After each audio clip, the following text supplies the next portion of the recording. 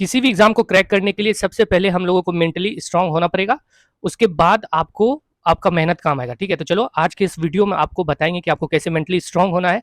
BSSC second inter level का के लिए जब भी लाइव आते हैं तो कुछ ना कुछ हमेशा आप लोगों का डाउट रहता है। एक तो कट ऑफ क्या जाएगा, एग्जाम कब होगा, और फिर कौन सा बुक पढ़े जीके जीएस के लिए, मैथ्स के लिए। ठीक है, तो पूरा डिटेल में बताएंगे, वीडियो में अंत तक बने रहना, और नए हो तो चैनल को जरूर सब्सक्राइब करना। ठीक है, तो चलो वीडियो स्टार्ट करते हैं। सबसे पहले किसी भी एग्जाम को आप क्रैक करोगे तो उसके लिए आपको मेंटली स्ट्रांग होना पड़ेगा। मेंटली स्ट्रांग तभी आप होगे जब आप प्रैक्टिस सेट कर रहे हो या तैयारी कर रहे हो, तो उस टाइम आपको अच्छा मार्क्स आएगा, अच्छा रिस्पॉन्स आएगा। याद कर रहे हो किसी बुक को तो, और आप टेस्ट सीरीज देने जाओगे, अगर उसमें नंबर अच्छा आ जाएगा तो फिर आप खुद ब खुद मेंटली स्ट्रांग हो जाओगे। आपके अंदर एक अलग ही कॉन्फिडेंस आएगा। जैसे ही आपके अंदर एक कॉन्फिडेंस जगा, आपका सिलेक्शन पक्का हो जाएगा। ठीक है, आप देखते होगे आपके आसपास या आपके भाई या और भी कोई जो भी कॉम्पिटेटिव एग्जाम की तैयारी कर चुके होंगे, तो या फिर किसी भी फील्ड में उनको सफलता मिला होगा, तो उनको सबसे पहले एक कॉन्फिडेंस आ जाता है। ठीक है, या जो दौड़ का प्रैक्टिस कर रहा होगा तो उनको देखना, एक बार जब बहुत अच्छा प्रैक्टिस हो जाता है उनका दौड़ का 1600 मीटर का, तो फिर वो ऐसे रोजमर्रा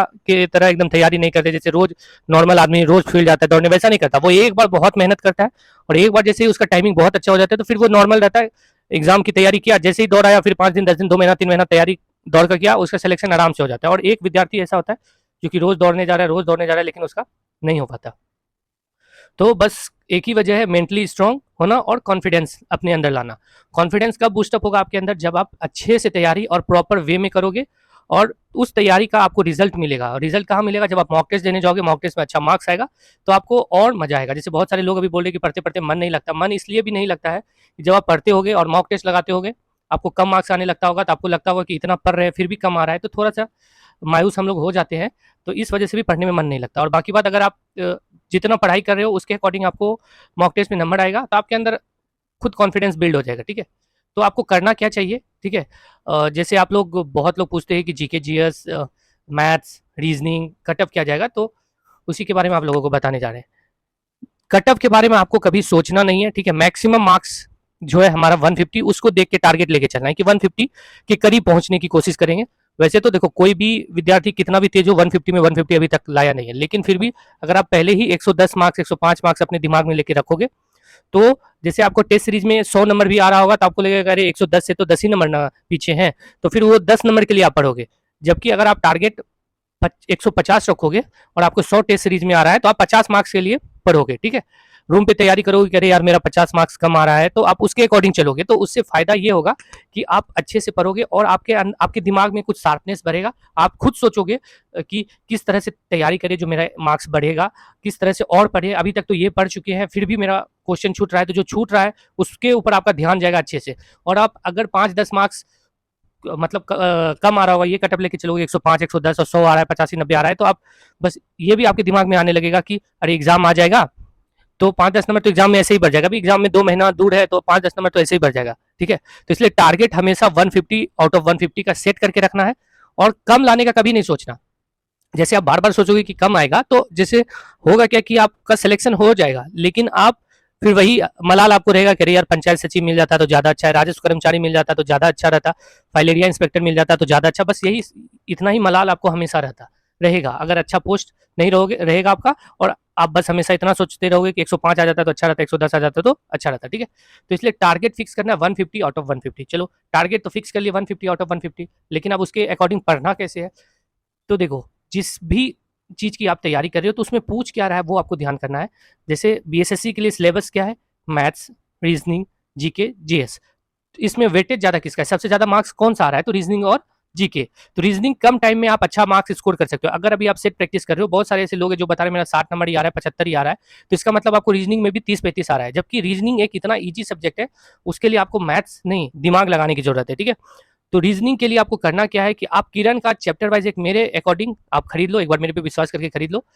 जैसे ही रीजनिंग का वो बुक आप खरीदोगे तो आपको ये हो जाएगा कि आप एक बार पूरा चैप्टर, मतलब सोचो कि एक चैप्टर का 100-150 क्वेश्चन रहेगा पूछा हुआ, तो आपका प्रैक्टिस बहुत अच्छा हो जाएगा। ठीक है, मात्र 10 से 12 चैप्टर है। अगर एक चैप्टर में 5 दिन भी लगाओगे तो 6 दिन 60, अगर एक दिन में मान एक चैप्टर में 200 क्वेश्चन, अगर 50 क्वेश्चन एक चैप्टर का बनाओगे तो 4 दिन में खत्म होगा। 15 चैप्टर भी होगा तो 60 डेज में आपका खत्म हो जाएगा। अभी आपका एग्जाम नवंबर दिसंबर में होने वाला है, और उसके बाद मिक्स क्वेश्चन का प्रैक्टिस तो आप मॉक टेस्ट लगाओगे तो उससे होगा ही। तो आपको फिर रीजनिंग में 40 से 45 के बीच में क्वेश्चन सही होने लगेगा। मान लो 115 कटअप जाने वाला है फाइनल सिलेक्शन, टायर 2 में, तो 45 नंबर हटा दो, अभी भी आपको 70 नंबर मात्र लाना है, 70 मार्क्स सिलेक्शन होने के लिए। आप चलो आगे बढ़ते जीके के। जीके का पोर्शन हार्ड है, ठीक है, तो आपको इसमें कम टाइम में ज़्यादा स्कोर देने वाला बुक है, वो है पॉलिटी। पॉलिटी आप लूसेंट से उसका ऑब्जेक्टिव से पढ़ो। घटना चक्र का एक बुक ले लो, ठीक है, वो भी बहुत अच्छा आपको सहायता करेगा आपको नंबर स्कोर बढ़ाने में। आप ऐसा सोचोगे कि एक बुक पे डिपेंड रहे तो उससे आपको कुछ भी नहीं होगा। एक बुक पे आपको डिपेंड रहोगे तो फिर वही होगा कि जान रहे क्वेश्चन छूट रहा है एग्जाम में, ठीक है, आपको लगेगा कि क्या लूसेंट में छूट गया, क्योंकि सिर्फ लूसेंट पढ़ोगे तो लूसेंट में उतना भी सब कुछ नहीं है जितना आप लोग सोच रहे हो, लेकिन लूसेंट को बेस बना के चलना है, ठीक है। उससे क्या होगा, आपका थ्योरी तैयार होगा और लगभग 40 से 50% 60% आपका उससे तैयारी हो जाएगा, ठीक है। लेकिन आप जो थ्योरी लूसेंट से पढ़े हो तो उसका ऑब्जेक्टिव कैसे बनता है, उससे क्वेश्चन कैसे बनता है, उसको तो भी तो आपको जानना बहुत जरूरी है।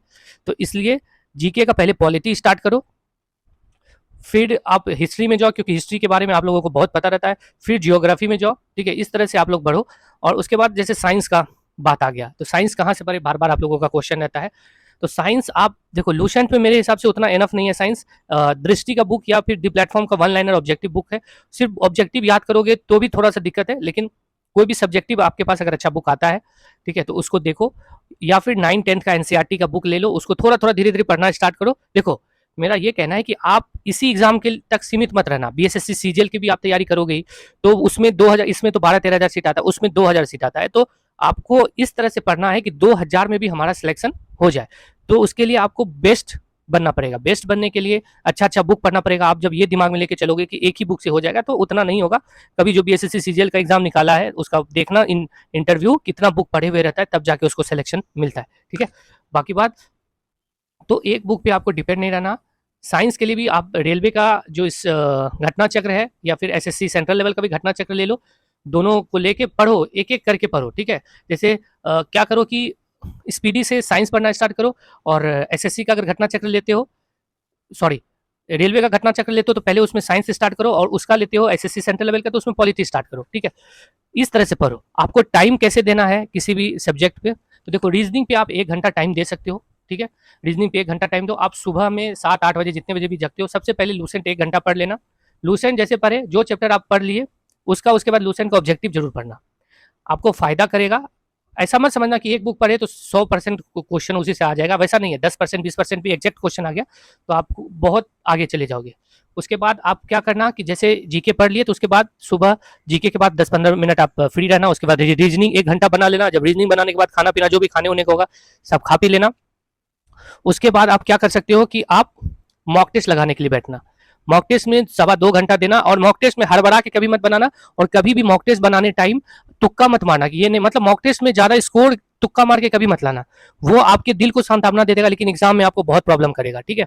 इसलिए जितना जानते हो, जीके में भी जितना जानते हो बस उसको ही टिक मारना। मैथ्स में भी अभी बन रहा है, अगर गलत बन गया तो नहीं बनाना है। रीजनिंग में भी गलत बन गया तो नहीं बनाना उससे आपको। लेकिन हाँ, जो भी क्वेश्चन आएगा सब पे टाइम देना। ऐसा नहीं कि ये क्वेश्चन छोड़ देते वो क्वेश्चन नहीं, टाइम देना, ताकि आपको एग्जैक्ट आपका, अगर मान लो सारा क्वेश्चन आपको एग्जाम में आ जाएगा तो आपको ये समझ में आएगा कि कितने टाइम में क्या बनता है, ठीक है। तो इसलिए इस तरह से करना। उसके बाद जो मार्क्स आपको आएगा वो आपको एग्जाम में उससे 5 से 10 मार्क्स बढ़ के ही आएगा, बस इतना सोच लेना।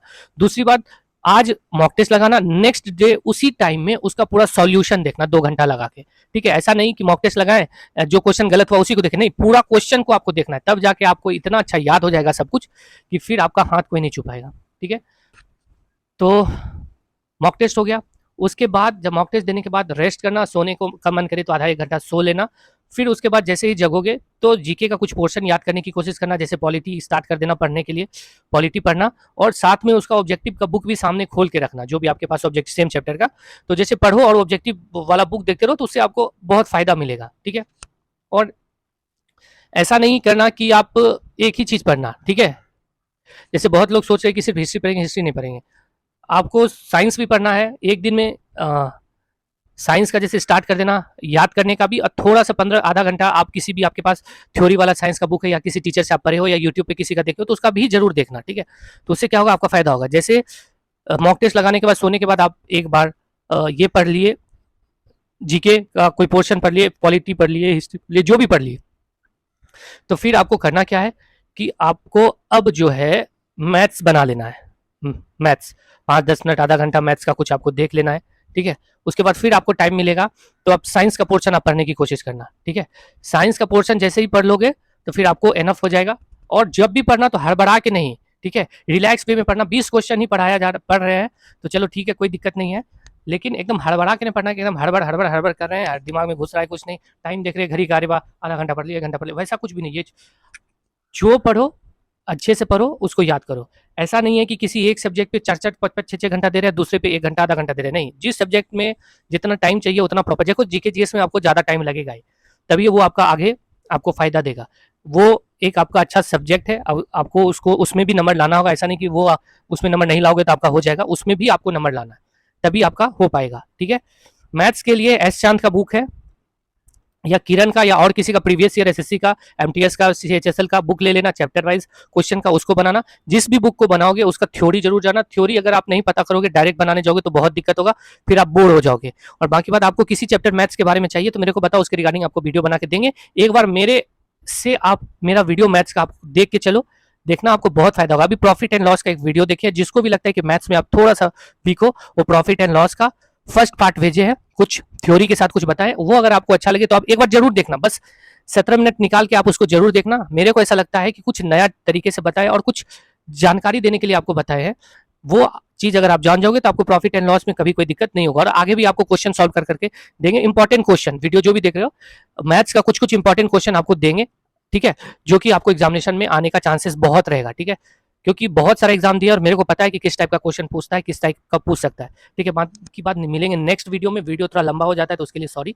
और वीडियो देखा करो, आपको फायदा होगा। आपको लगता होगा कि सिर्फ समझा रहे हैं, लेकिन देखो समझाने का जो बात है वो नहीं है, एक्चुअल में आपको पढ़ना क्या है, कैसे पढ़ना है, वो जानना बहुत ही जरूरी है। हम लोग पढ़े जाते लेकिन सिलेक्शन नहीं हो पाता। क्यों नहीं हो पाता? क्योंकि हम भी उतने ही टाइम देते जितना एक जो कैंडिडेट तैयारी करता है, ठीक है, वो भी उतना ही टाइम देता है जिसका सिलेक्शन होता है। लेकिन क्या पढ़ना चाहिए, क्या सही ट्रैक पे चलना चाहिए, वो हम नहीं जानते हैं, इस वजह से हमारा सिलेक्शन नहीं हो पाता है, ठीक है। बाकी बात, अच्छे से पढ़ो, जैसा हम बता रहे हैं आप वैसे चलो, विश्वास दिलाते हैं कि एग्जामिनेशन डेट आते आते आपका सिलेक्शन एकदम होने का चांसेस 100% हो जाएगा, ठीक है। चलो बाय।